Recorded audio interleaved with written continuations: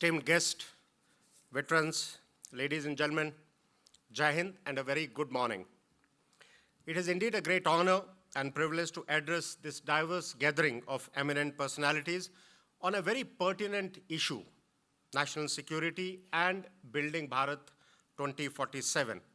The inextricable link between the nation's progress and its security needs no introduction.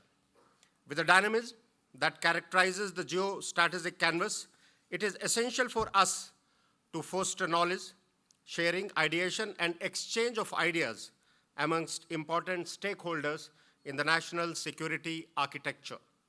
Towards that end, the conduct of this seminar on national security and building Bharat 2047 is indeed a very noteworthy and commendable initiative. In simple terms, national security is the ability of a nation to protect and preserve its independence, integrity, and sovereignty against external and internal threats, and the promotion of a political, economic, and social growth.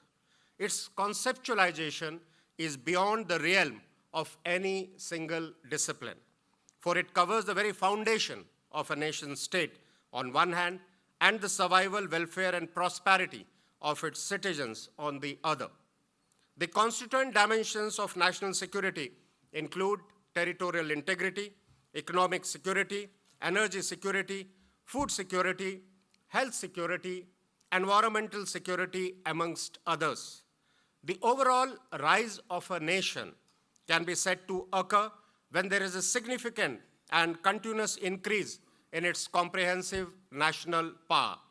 While economic power is the fountainhead of the growth of a nation, yet it is the military strength that lends it the ability to affect its outcomes necessary to protect and further its multifarious interest.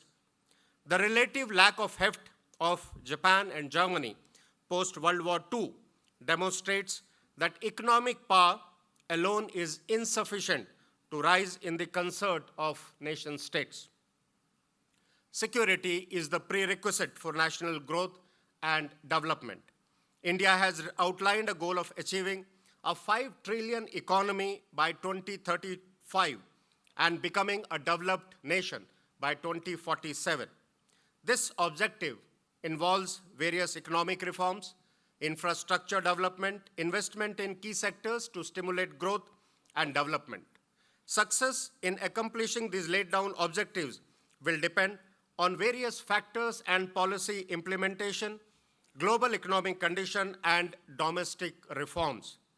In order to realize our long-term vision that aims to elevate our status on the global economic stage, a secure and conducive environment is an imperative which will offer stability, protection, and prevent disruptions. Therefore, security is a fundamental prerequisite. Armed forces are fully committed to safeguard our nation against external aggression, augmenting internal security, strengthening our democratic fiber by countering insurgency, terrorism, and left-wing extremism.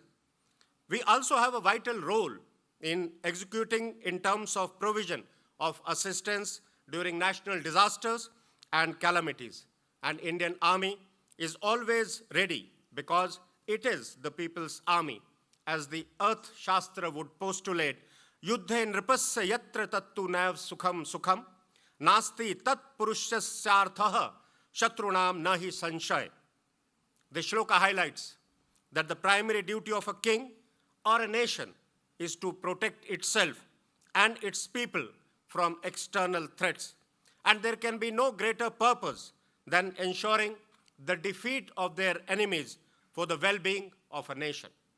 As India enters the year 2024, the nation's government and diplomatic relations stand at a critical juncture, poised to navigate complex global challenges and capitalize on emerging opportunities. India's governmental and diplomatic landscape, economic initiatives, and priorities will shape its trajectory in the coming years. If we have a look at the geostrategic landscape, The contours of the current and evolving geopolitical landscape is characterized by change unfolding at an unprecedented scale and speed. The churn in this landscape has set into motion a chain of events as well as some new trend lines. Economic interest, concerns, and aspirations continue to hold primacy in the strategic calculus of states.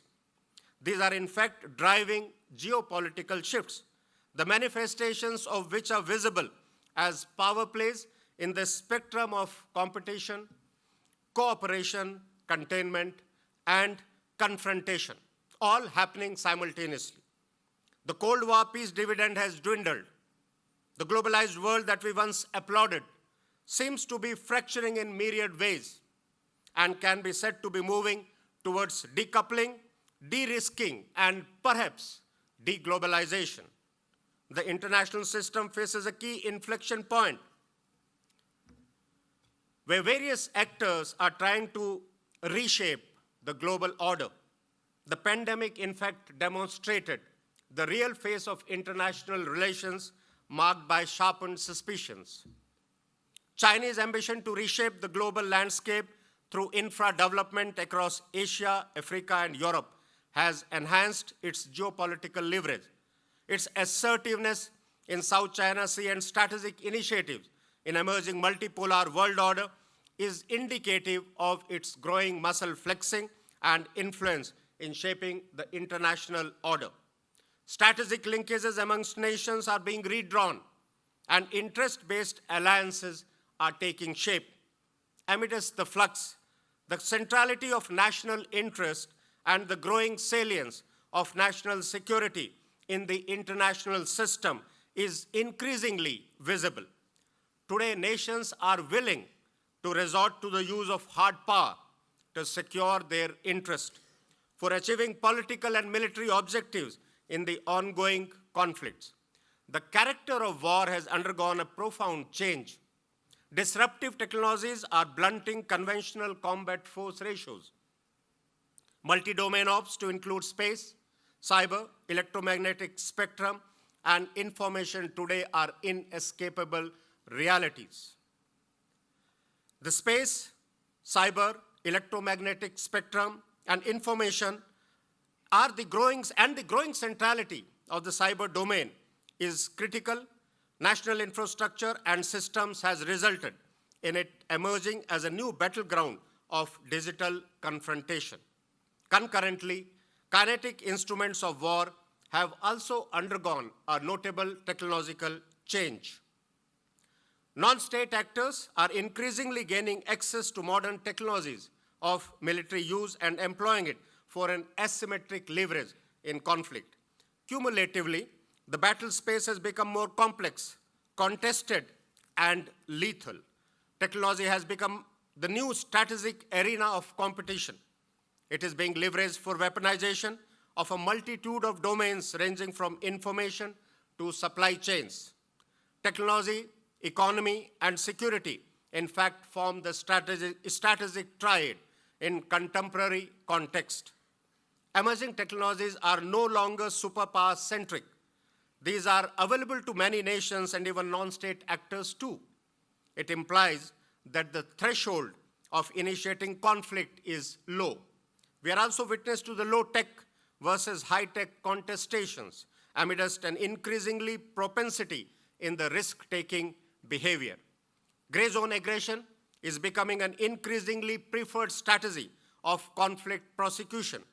This is because it aims to achieve strategic objective through indirect, ambiguous, and deniable means, while keeping the contestations below the threshold of traditional military conflict. Apart from the military domain, its signatures can be seen in disinformation campaigns, cyber attacks, proxy war, political coercion, economic pressure, weaponization of multiple domains such as technology, financial mechanism, food migrants. The ongoing conflicts leads us to question the relevance of deterrence in the contemporary context. Is the traditional paradigm of deterrence failing? Has technology emerged as the new normal of deterrence. These are some other issues that merit debate. Expect the unexpected is a maxim that we need to be alive to. Black swan events can add turbulence in the global security canvas. The outcome of the ongoing Russia-Ukraine and Israel-Hamas conflict will itself redefine relations, linkages, and hierarchy amongst nations, giving a new shade and a shape to world politics in the coming decades. In the Indo-Pacific, there is an increasing contestation in traditional and non-traditional domains. The key markers include assertion of sharp and aggressive power with a shift in the center of gravity of economic heft. Concurrently, a confluence of interest, capacities, and capabilities are bringing countries together. South Asia is marked by unresolved border disputes, both territorial and maritime. Illegal cross-border migration, transnational crimes, terrorism, and non-traditional threats such as illegal and unregulated fishing, piracy, and increasing religious fundamentalism. These manifestations, coupled with regional vulnerabilities to climate change-induced disaster, have kept the region in a state of flux. All these developments are profoundly impacting the security domain and transforming the ways nations interact, compete, and pursue their interest. Security and economic progress share a symbiotic relationship. A secure environment provides the stability necessary for domestic and foreign investment, fostering economic growth. Economic prosperity, in turn, enables allocation of resources, reinforcing our nation's security. To ensure a secure and stable India that can guarantee safety and prosperity to its people, India's national security objective could be defined as protecting the nation's security and sovereignty, securing the territorial integrity of the nation, promoting Bharat's rise to its rightful place in the international affairs, ensuring a peaceful internal environment, and creating a climate for our citizens that is just, equitable, prosperous, and shields them from the risk of lives and livelihood. In order to fulfill this pivotal role as guardians of the nation's path to progress, there are imperatives that the Indian Army is alive to and remains committed to.